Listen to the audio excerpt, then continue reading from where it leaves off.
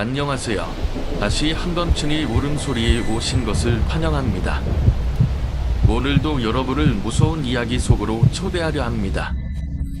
이 이야기의 시작은 여러분을 불안하게 만드는 진짠감으로 가득 차 있습니다.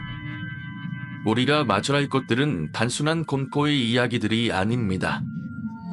그보다 더 깊고 마음속에서 끊임없이 떠도는 공포와 현실에서 마주할 수 있을 법한 그 끔찍한 일들을 다루고 있습니다. 한 걸음 더 들어가 보면 그저 밑이 숨든 초자연적 현상들, 심리적인 공포, 혹은 실존하는 불안한 사건들이 여러분을 기다리고 있습니다. 그 안에서 벌어지는 미스터리는 점점 더 여러분의 마음을 사로잡을 것입니다. 마치 여러분이 이야기 속에 발을 들여놓은 것처럼 그 안에 빠져들게 될 겁니다. 이 이야기를 듣는 내내 여러분은 어떤 감정들을 느끼게 될까? 아무튼 이건 형의 어릴 적 이야기야. 형은 어릴 때부터 몸이 많이 약하고 기실돼서 부모님이 과보호를 받고 자랐었대. 그러다 보니 어릴 때부터 몸에 좋은 거 다 먹어보고 안 해본 게 없을 정도. 그렇다고 딱히 무슨 병이 있는 건 아닌데 뭐만 하면 열이 비치듯이 오르거나 다 토하고 그러길 그완 반복이었대. 그러던 어느 날 그 당시 형의 어머니는 절에 다니고 있었는데 한 할머니를 만났대. 근데 그분이 형과 어머니를 유심히 보시더니 에이지 저 오래 못 살겠네 이러더라는 거야. 그 말에 시겁한 어머니니 그럼 어떻게 하면 오래 살 수 있냐고 붙잡고 부르셨대. 그 할머니는 잠시 머뭇거리더니 여기 주지스님한테 물어봐 라고 하더래. 매번 가던 절이라며 웬 주지스님하고 삼덕 하겠지만 당시 형이 외출을 자주 안 해서 둘이 같이 절에 가는 건 처음이었거든. 하여튼 어머님이 형을 데리고 주지스님한테 갔는데 주지스님이 저를 보자마자 형한테 손을 달라고 하더래. 그래서 형이 손을 내밀었는데 스님이 그걸 보고 혀를 칠칠차면서 주말에 다시 데려오라고. 당장은 상관없을 것 같은데 얘기가 생명선이 너무 짧아서 다음 주만 돼도 오늘 내일 할 거라는 거야. 어린애가 무슨 생명선이냐 하겠지만 어려도 어느 정도의 윤곽은 잡혀있거든. 어머님 깜짝 놀라서 알겠다고 하고 주말에 다시 형을 데리고 절에 갔는데 자쩌부터 스님이 형을 여기서 일주일만 살게 하라고 하시더래. 어머님은 갑들이나 아픈 손가락이었던 형을 혼자 두는 게 걱정스러웠지만 형이 워낙 자주 아프고 이 유명한 절에 주지스님이 그렇게 말씀하시니 어쩔 수 없이 형을 절에 두기로 하셨대. 그리고 스님은 어머님이 가자마자 형의 손목에 명제실을 칭칭 내놨대. 살치처럼. 그리고 어머니가 가고 나니 인지하던 스님이 좀 무섭게 변했다고 하더라고. 지금 생각하니 너무 애라서 말을 안 들을까봐 그랬을 것도 같고. 아무튼 스님이 그러면서 절에 있는 일주일 동안은 절대 입시를 자르거나 끊거나 버려선 안 된다고. 두 번 잘라고 해도 절대 주면 안 되고 여기에 있을 동안은 오직 내 말만 듣고 내 말만 믿어라. 다른 사람이 뭐라고 하든 내 말만 들어야 된다고 하셨대.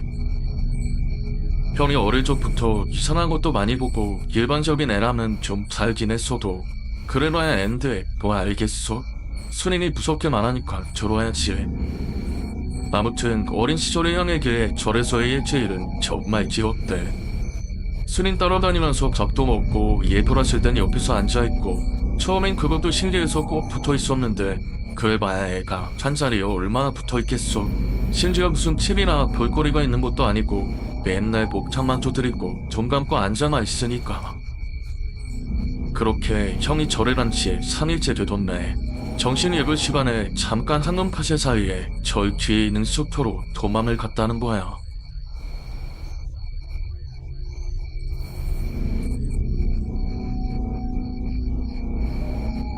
대나무 숲이 모이찬한 산길. 정신이라지만 너무 커다랗고 빼곡한 대나무들 때문에 칸마진들도 딱 그 숲만 밤같이 어두운 느낌이었대. 그래도 절이 있어서 그런지 이상한 것들은 보이지 않았다는데 그렇게 한참을 걷다가 웬 할머니 한 분을 만났대. 형은 도망쳐 나오긴 했지만 그래도 예의를 잊지 않고 꼬박 인사했다는데 그 할머니는 인사도 닿지 않고 빤히 형만 쳐다보더라는 거야. 그러더니 대뜸 자기가 여기 주지스님의 엄마라고. 넌 딱 보니 몰래 나온 것 같은데 그럼 차라리 자기랑 집에 가서 놀자고 하더라는 거야. 얼굴을 보니 배고하게 닮은 것도 같아서 형은 마침 대나무 숲도 좀 으스스하겠다. 알겠다고 하고 그 할머니에 따라 나섰대. 그렇게 대나무 숲의 새길을 따라서 한참을 걸어올라가니 그냥 말짱해 보이는 전원주택? 뭐 그런 게 나오더래. 형은 솔직히 조금 겁이 나기도 했었는데 너무 말짱한 집을 보니 안심이 됐었대. 그렇게 할머니를 따라서 집으로 들어갔고 거실에 앉아서 할머니랑 이야기도 하고 TV도 보면서 재밌게 있었는데 할머니가 잠깐 나갔다 오겠다며 어디 가지 말고 거실에 있으라고 하고 나갔대. 그런데 그 어린애가 가만히 있으란다고 가만히 있겠어. 오히려 냅뒀으면 TV나 보고 있었겠는데 그 말을 들으니까 청개구리가 된 거지. 형은 할머니가 나가자마자 자리에서 일어났대. 근데 잠을 하나 들어가자마자 뭔가 잘못된 걸 느꼈대. 장벽은 새빨간 붉은 벽지에 이상한 덕제비 같은 그림이 그려져 있었고 잠 한가운데 있는 작은 섬에 까마귀도 아닌 까만 새 한 마리가 시범복으로 올라가 있었다는 거야.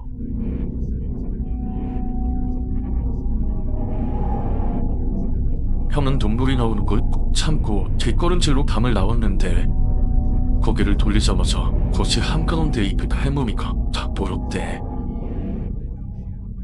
어린 형을 바라보면서 이상한 얼굴로 웃고 있는 그 할머니.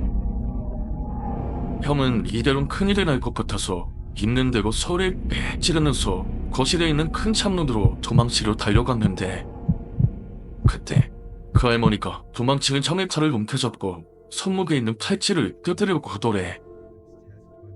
형은 이건 절대 뜯지는 안 된다고 있는 힘을 다해서 손목을 감싸는데 오히려 안 뺏기려고 힘을 주다 보니까 툭 하고 팔찌가 끊어졌다는 거야. 그리고 그 팔찌가 형의 몸에서 떨어져 나가자마자 그 할머니가 이상한 노래를 불렀는데 목소리가 정금까지 그 할머니의 목소리가 아니라 그 노린 여자의 목소리로 선우야 죽어라 선우야 죽어라 그렇게 말한 적도 없는 형의 이름을 넣어서 심지어 어린 여자의 목소리로 노래를 부르더라는 거라. 형의 얘기를 듣다가 여기서 얼마나 소름이 돋던지. 아무튼 형은 그 어진의 꼬리에 불붙은 멧돼지처럼 미친듯이 발버둥을 쳐댔고 그러다 다행히 손을 뿌리치고 도망쳐 나왔고 죽어라고 대나무 숲을 달리다가 돌투리에 걸렸다는데 넘어져서 산참 구른 것까진 기억나는데 그 이후의 기억이 쭉 끊겨있대. 마치 누가 일부러 잘라내지라도 한 것처럼.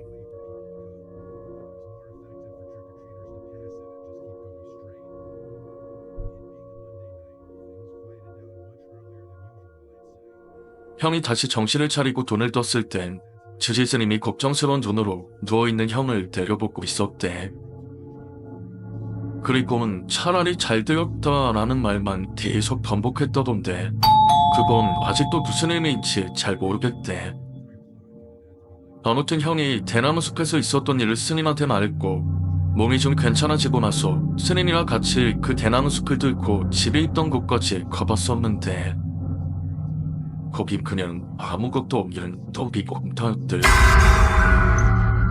스님은 당연히 그럴 줄 알았다는 듯이 형을 데리고 절로 돌아왔고 거짓말한 거 아니라고 진짜 이상한 할머니가 있었다고 하는 형에게 네가 거짓말한 게 아닌 거 안다고 이제 다시 볼 일 없는 것들이라고 그렇게 억울해하는 어린 형을 달래주셨들. 아무튼 그렇게 어영부영 일주일이란 시간이 흘렀고 형은 다시 집으로 돌아왔어.